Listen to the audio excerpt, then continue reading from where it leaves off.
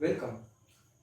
In this video, we'll see about anomaly detection and how we can perform it on the KDD99 dataset using the model DAGMM, Deep Autoencoder Gaussian Mixture Model.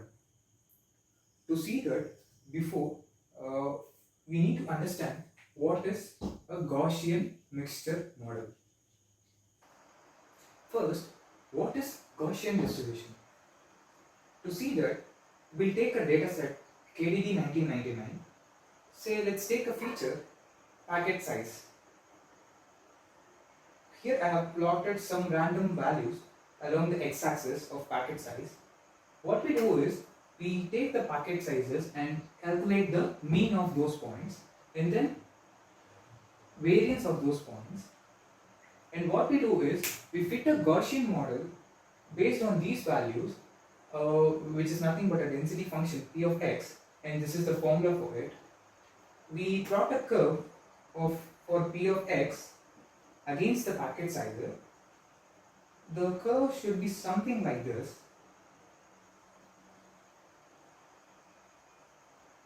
where most of the packet sizes are clustered towards the mean, have high probability. This area has high probability of occurrence, and then this one has a lower probability. This one even lower probability of having a packet size over there, and then something way out of reach we classify it as anomaly.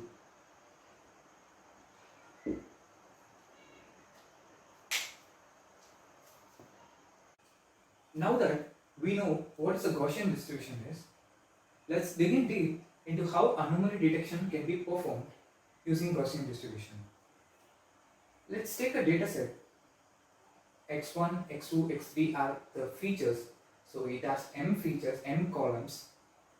We fit a density function or a Gaussian model for each of these features, and we compute p of x equal to the product of all those density functions of each column, and then if the final p of x is less than epsilon, epsilon is the threshold we set, which is a hyperparameter. If it is less than epsilon, we label it as an anomaly, and if it is greater than or equal to epsilon, we label it as normal. Okay, now we learned anomaly detection using Gaussian mixture model. So we can directly apply it into the KDD dataset. Cool. Wait a minute. Is it that easy? Definitely not. If we look at the KDD dataset, it has 41 columns, out of which 34 are continuous and 7 are categorical. After performing one-hot encoding, we get a huge dimension of 120 features. So think about it.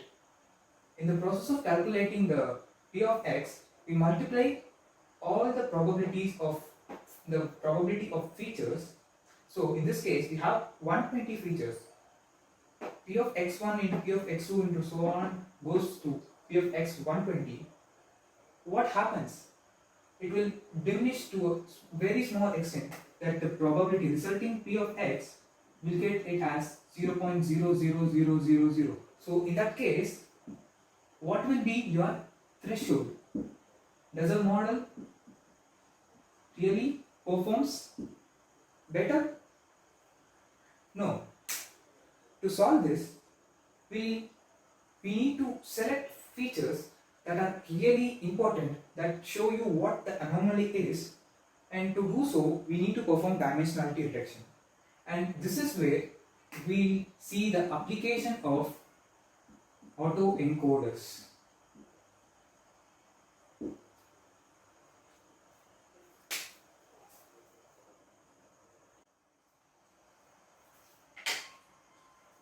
So now we'll see what autoencoders are.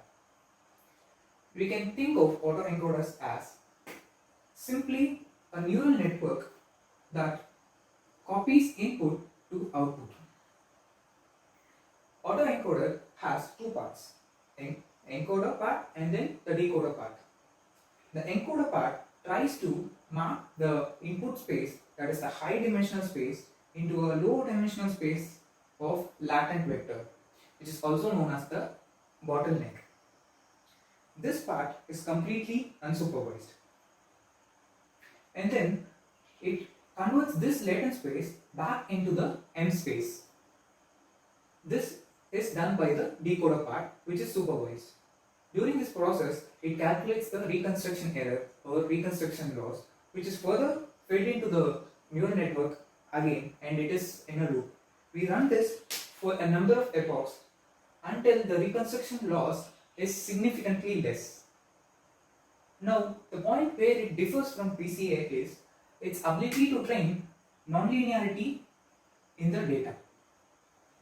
It has a powerful generalization factor.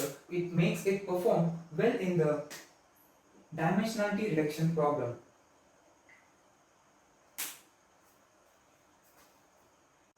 Now, to quickly summarize our model, we are given the dataset KDD99. We pass it as an input. First, we perform dimensionality reduction using autoencoders, and then next we fit Gaussian distribution for each feature we obtain from the autoencoders. Next, we compute the P of x, and then if P of x is less than epsilon, we label it as anomaly, else it is normal. Next, we will see how the implementation of DAGM is done.